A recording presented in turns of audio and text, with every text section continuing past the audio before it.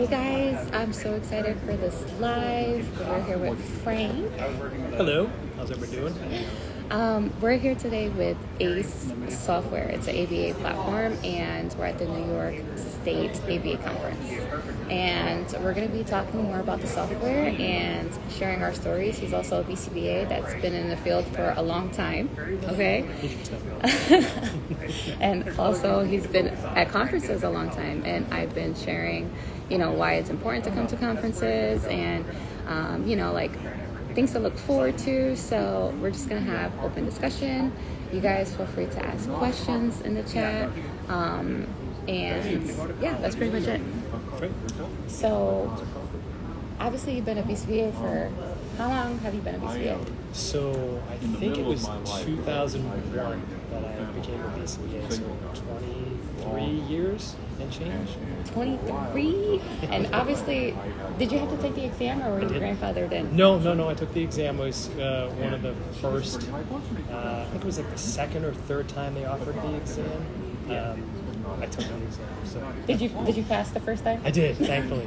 It was a lot of studying, a lot of work went into it, but yes, I did pass the first time. I know, I failed my first time, and it happens for a lot of us. So I always like to represent for us that failed the first time, because we all got us where we needed to go, right? Yeah.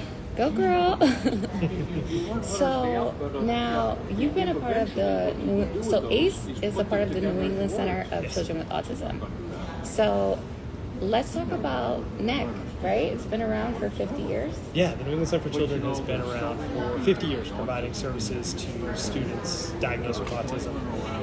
That entire time. It's a large organization. It's an amazing organization.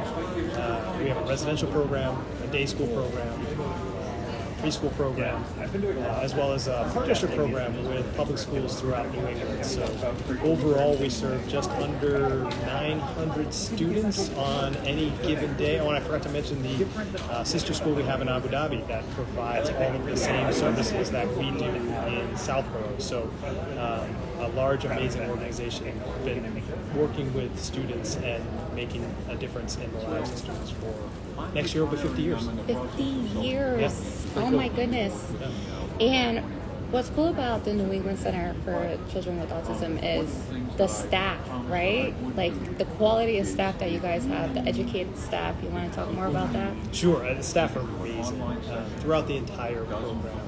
I don't work on site directly anymore, but I was in the residential program that's where I started in the residential program years and years and years ago. And the mentorship that I received at the New England Center to become a BCBA and learn everything that I was able to learn. I think the only place I could have done that to the level I was able to achieve was at the New England Center. Mentors are amazing. An amazing knowledge base, but also an amazing group of people to work with and learn from.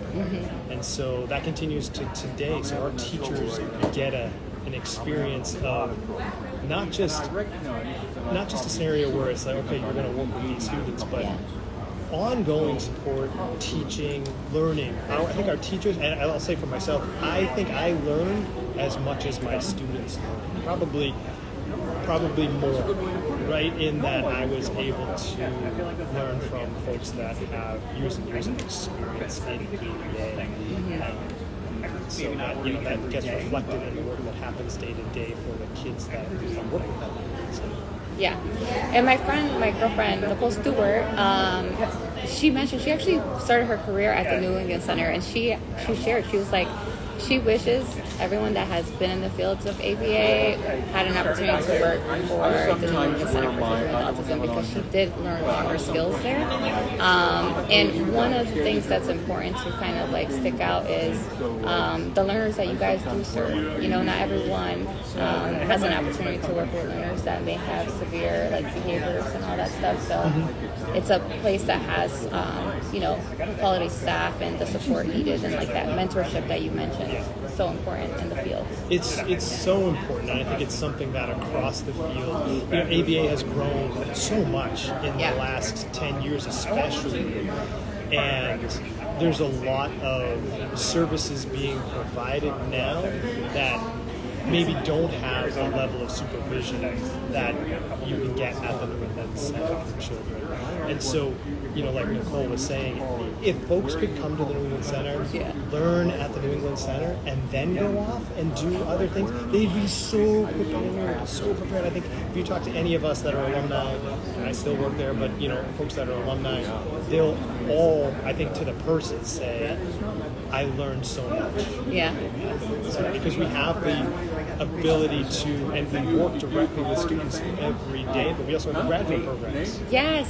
Right? And that that combination is amazing. Yes, and that's all of you guys that have been asking me too, because when you guys go to grad school, you're not getting any grants, right? And there are companies that have partnerships with colleges and organizations like at NECC. So do you want to share the companies the colleges that you guys do have partnerships with? Sure, and and I'll say for folks that are interested, go to the website because I'm not an expert. So we have a whole team that will help you understand the offerings that we have and all of that. But that being said, we have a partnership with the Simmons program in Boston and Western New England University as well for graduate level coursework that you can do while working. That's what I did when I started at the New England Center. I was able to get 2 master's degrees while working and my BCBA. So it's a mentorship. It's the day-to-day experience and the graduate level education coming together. In a scenario where I don't think it's replicated anywhere else. Yeah.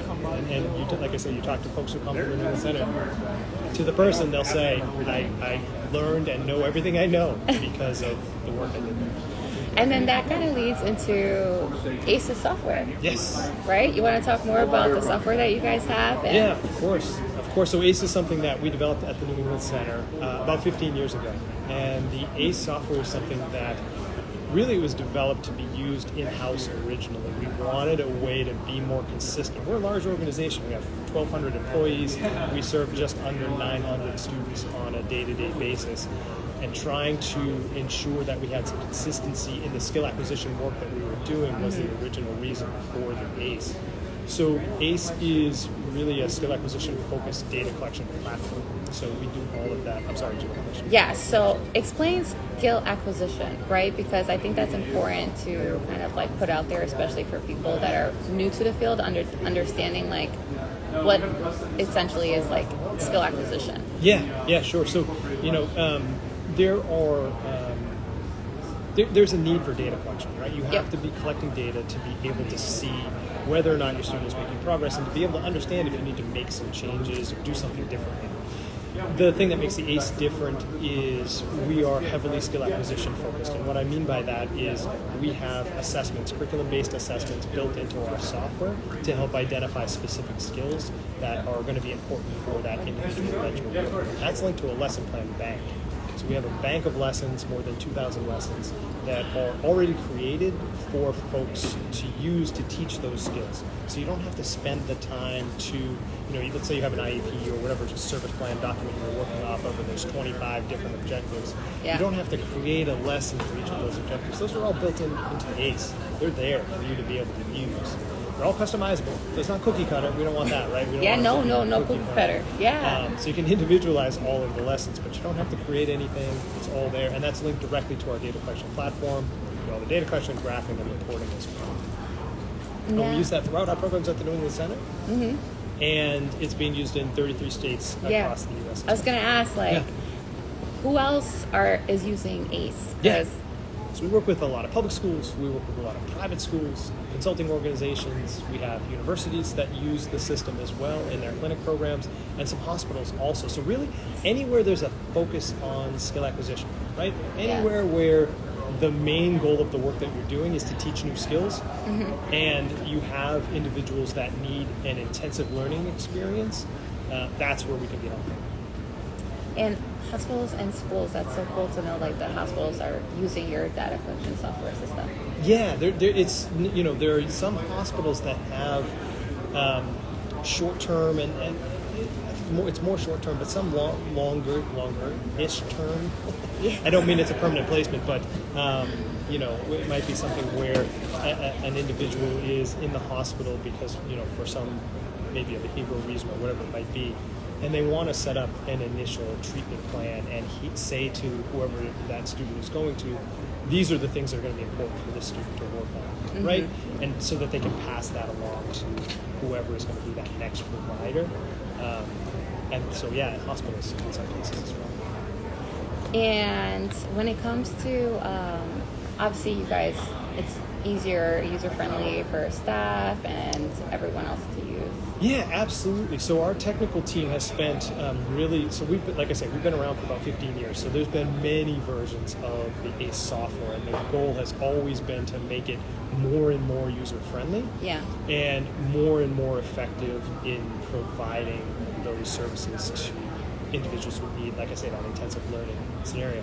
And in fact, over the last 3 years or so, our focus has been on the user interface and really redesigning that to make it as user-friendly as possible, so that you still need an understanding of ABA, right? That's kind of goes without saying. You're doing work in ABA, you need that background, but everything in the ACE, if you're familiar with ABA, terminology is there that you're familiar with, the layout, you're going to look at the lessons and say, oh yeah, of course I need this, this, and this, and it's all right there. So yeah, the user interface is really tailored towards that ABA teaching center. And now, since you've been at BCBA for a very long time, do you remember how I was collecting data back in the day?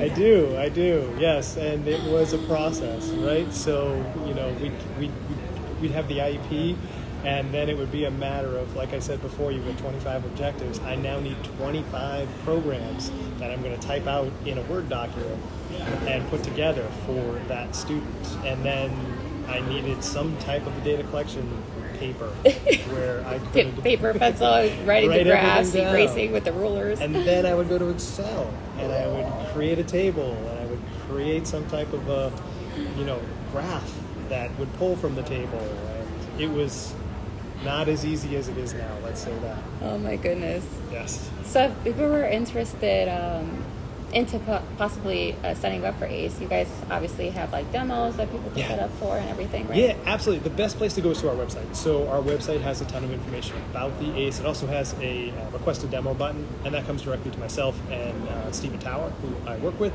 And we'll follow up with you and get you any information, answer any questions you might have, and find a time where we can do a live Zoom-based overview. We like to do it live because when we talk to folks about the ACE, we like to get a little information as well so that we can make sure that the ACE is a good match for you. Right? So let's talk about that. Yeah. So what makes a good match for someone to specifically feel like ACE is like, yeah, this is the one? Yeah, definitely. So I think, like I said before, the skill acquisition piece is key, right? So your work needs to be focused on skill acquisition. And if it is, my next questions are going to be around, tell me a little bit about the students that you work with, or the individuals, doesn't have to be students, right? Maybe they're clients, the individuals that you work with, so that I can understand their level of need, because we are tailored to those individuals that need a more intensive learning experience in order to make effective progress.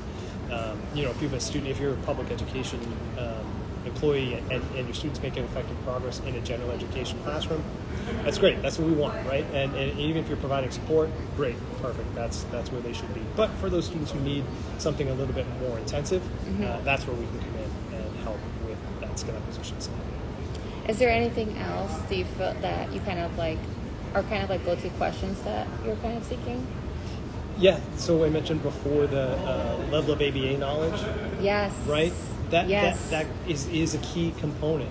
Understanding ABA and understanding how to teach utilizing applied behavior analysis is important. Now, we have some additional components that we can provide. We have a system called ABA Plus, which is a video-based training platform.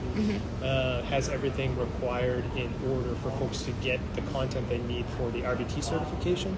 So we can offer that as well.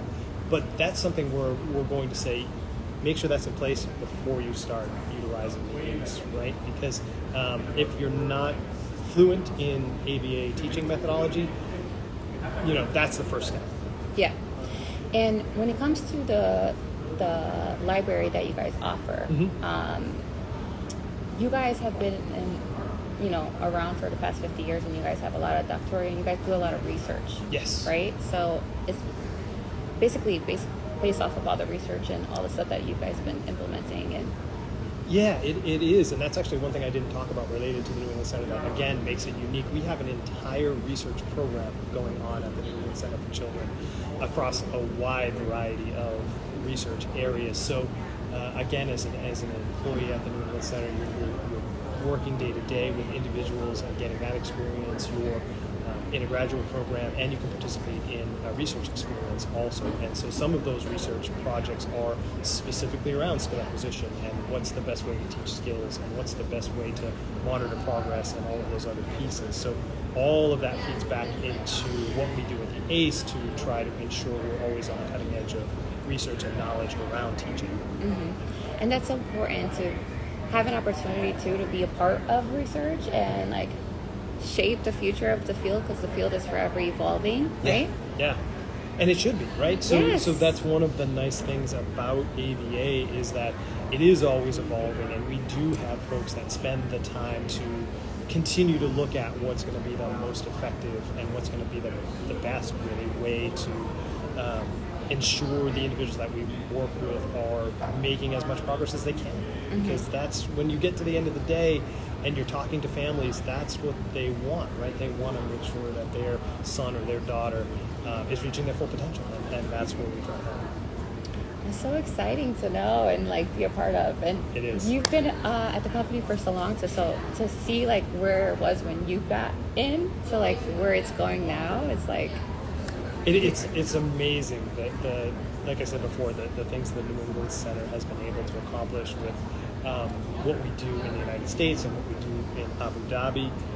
But even more than that, I'll never forget the time I spent in the residential program working directly with students. Obviously, I do ACE full time now, and talking to those families and hearing from the families the progress that their son or daughter had made, and seeing kids learning skills, that's like nothing else. I know. Doesn't it make you feel like a superhero? I remember when I first started working and I was introduced to ABA, it was my first week working as an ABA therapist. And I'm like, what is this ABA stuff? I felt like a superhero. I'm like, oh my goodness. It was amazing. And that was when I realized, like, wow, this is what I was meant to do for the rest of my life. So how do I make this a career, right? And it was like, well, you got to go ahead and get your master's and become a BCBA. So then that's when I started my whole journey into ABA. And it's like, I love ABA so much. It's like I could talk ABA all day. And it's like, 100%. now we're here at the conference, and it's so exciting to be here and to network and be around other professionals and learn what's out there, learn what's available in our communities, right? Especially BCBAs and business owners that are starting out. You want to know what's available for us, especially here in this whole community that we're sharing. Yeah. So going to conferences, right? Let's go back to conference talk. Sure. Because how long have you been coming to conferences? Oh, so I started going to even especially for ACE. Oh, specifically for ACE, it's been 14 or 15 years. But even before then, I was attending for professional purposes, right, as a BCBA. So yeah, I've been going to conferences. I think it was probably maybe the third year I was at the New England Center. So that's probably 25 years ago. I went to my first ABA conference. Which one was your first conference? It might have been Babbitt in Massachusetts. I think that's what it was, in fact, which is a fantastic conference for those of you in the Northeast that are looking for a good conference experience. The Babbitt conference is probably the best around. Yeah, I missed this past year's Babbitt, but it's definitely on the to-do list. Yes, for sure. And we're here in the New York State one. Yes, just another great conference. They have a great lineup every year here at the New York conference. So if you're in the New York area, yeah, you got to come next year since you're not here today. Right. Have you been to the Connecticut ABA one? I have. Yeah, they do a great job as well. Yeah. Connecticut ABA does a nice job. They have a great conference. There's and then going a little further south in New Jersey, they have the Autism New Jersey Conference, which is a large conference, a good conference. Yeah, is that the one? Which one were we talking about earlier with the parents? That's the one. That's the one. Yeah. Because guys, RBTs, parents, grad students, you guys can also attend conferences, and you should. You guys actually get cheaper rates, okay? And especially since RBTs are going to be acquiring CAUs soon, you want to kind of like, get into the groove and make this a thing, get excited to come to these opportunities, especially like every state usually hosts, like New York conference, Connecticut conference, every state has typically a conference. And also there's a lot of online conferences that are going on nowadays too. Yeah, a lot of it, even some of the regional conferences will do both in person and online. But no, like you're saying, if you're a graduate student and you're not familiar with what happens at a conference, just go to one. It's a great experience to learn and see what's going on research-wise, because Yes. that's what all the talks are based on research. So if that's an interest in any area, and like you were saying, Christina, they often have a discounted rate for graduate students. So just make sure you're doing that, and I think it's worth the money, even if you just go once to see what's going on and see how it's all set up. Yeah. So someone asked, I'm a BT in grad school. Do you have to be an RBT to attend? No, you do not have to be an RBT to attend. Absolutely not. There's no requirements, guys, to attend a conference, and there's no requirements to gain more knowledge. Yeah. You just have to pay the fee to come in. Pay the fee and have the interest, right? If those two things are there, go. Because here's the thing, nobody's going to ask you Yeah. what's your level of training or anything like that when you're at a conference. Everybody's awesome. There's nice folks everywhere at every conference, and you can kind of learn and interact, and like you were saying before, network a little bit, get to know some folks while you're in graduate school, so that when you come out, you already have a little bit of a network. Yes, and then you guys also will get exposed to all the different booths and know what's going on. Yeah. And networking is big, especially if you're like going to start your own business. You know what I mean? Yes. It's like you want to know what's out there. You want to meet the people behind the platforms, hear their stories, hear how it could benefit you, and know your choices and options out there. Great, I'm in the New York area. I will definitely come. Sounds awesome. Nice. Yeah, you gotta come. Yes. Well, it's this weekend and tomorrow's the last day. So Next year.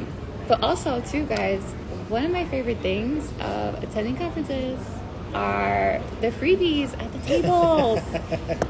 Show them what you guys have at your table. Oh, geez. Okay, sure. So This is super. This is the first time I'm seeing this one. we have a little device. It's to clean your AirPods. So it's like a little device that has like a little scraper tool and all that, so that when you come by and you say hello to me, because you should definitely, if you're coming to the conference next year, stop by and say hello to me. Happy to pass one of these along. It's got our ACE logo on there and everything. Look at so that show you remember Instagram.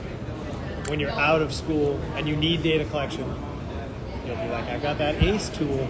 Look at this. Look how cool this thing is. Clean out the AirPods and your phone. It's got a little bristle right here.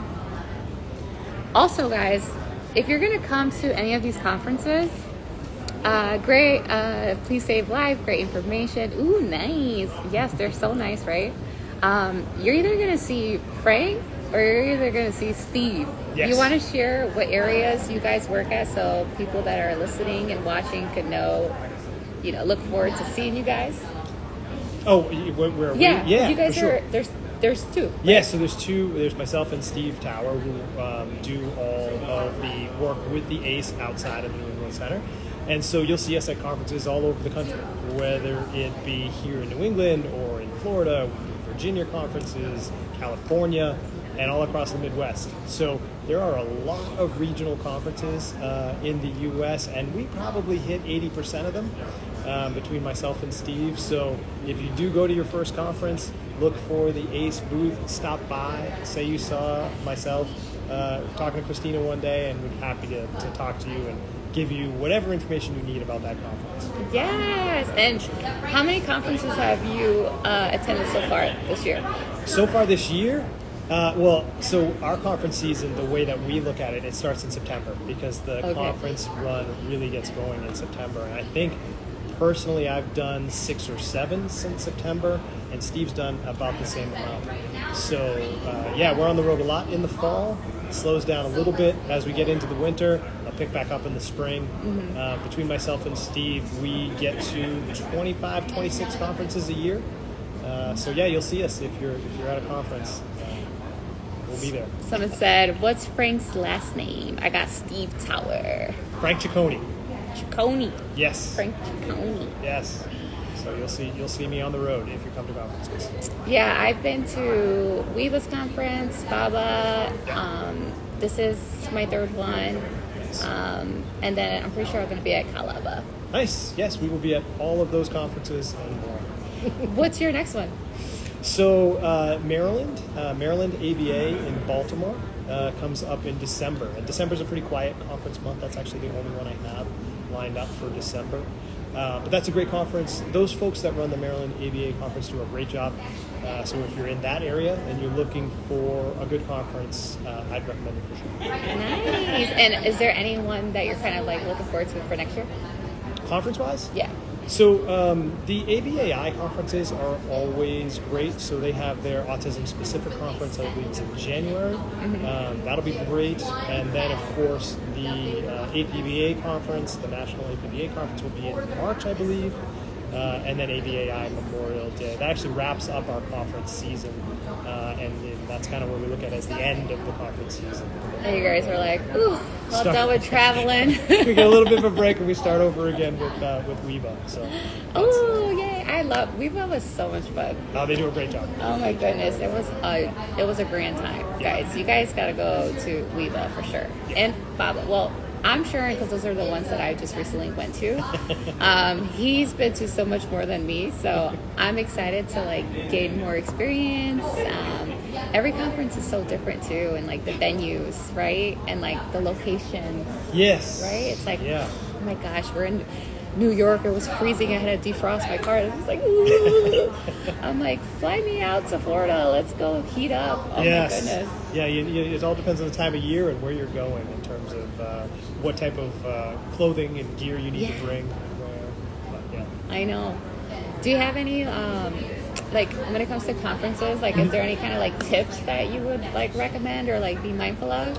I think so. I think, especially for folks who are maybe going to their first timers, going to your conference and whatnot, and you're thinking about what to go see, look at that stuff ahead of time. Those conference schedules go up well ahead of the actual conference date. So it gives you the opportunity to either look for folks that you know that might be presenting, that you're familiar with, maybe familiar with their work, or topic areas that you're interested in, so that when you get there, you can have a plan of the topics that you want to see and the folks that you want to attend. So that's always helpful.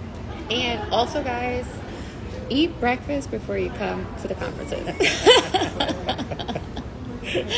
Make sure you start your day with a good meal before you get to the conferences. All right. Those are separate. So there's the professional side, and then there's the rules of the road. When you're on the road as much as I am. Yeah. Stay hydrated.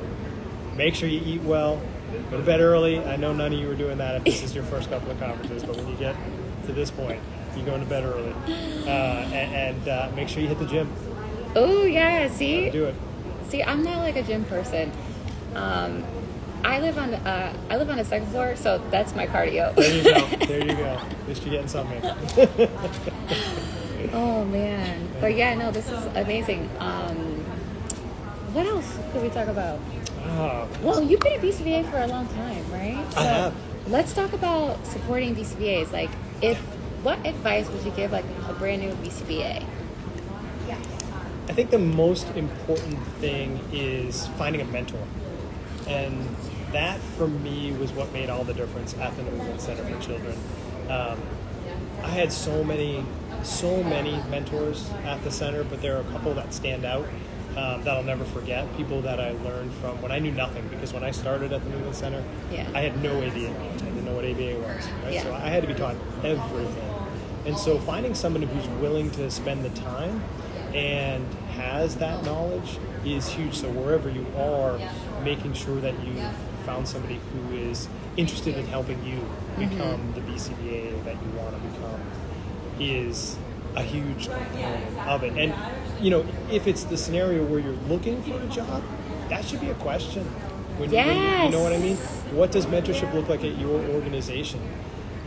Because without a good mentor, if you don't have a good mentor, how are you going to learn? How are you going to get better at becoming a BCBA? Because there's certification, and then there's the experience you get after certification. Yes. Even BACB will say certification is your minimum criteria for becoming a BCBA. It's not supposed to stop that. Yeah, no. You're supposed to continue to learn. So Continue to learn. CEUs, conferences. Yes. Hello. Very true. Yes, guys. And I stress this too to my community. It's like when you're interviewing, when you're going to an interview, that is your interview too. You need to 100%. also ask questions. All right? I tell them all the time, especially as a brand new BCBA, guys. If you're a brand new BCBA, you should be receiving mentorship or supervision under someone that has at least 5 years of experience. And if you didn't know that, now you know. Okay? So when you're having interviews, that should be one of your first questions. You know, oh, I'm a brand new BCBA. Who's going to be my supervisor, and how long have they been a BCBA? You know, because if they're like, oh, I've heard like there was companies where all the BCBAs there, they were less than 3 years old, and I'm like, they better be consulting with someone that has at least 5 years experience. Yeah. You know? Yep. And what data collection system do they use? Yes. Yeah. You need tools, right? In nowadays, in the work that you're doing, there's so much, and caseloads tend to be fairly intense. So you need tools, and so that's always a fair question to ask as well. Yes. Yes. And then also too, your billables, guys. Ask how much are your billables, like how many clients on the caseloads, expectations, and all that stuff. So those are some things to be mindful of. But yeah, no, I think this was an awesome live. This is great. Thank you. Yes, I enjoyed it. Yeah. And we'll talk to you guys soon. Thank you so much, Frank. Thank you. And look out for Frank at the conference, guys. Come say hello. Yeah, don't be shy and come get some cool things. If you're here today, we're at the table downstairs. Yes.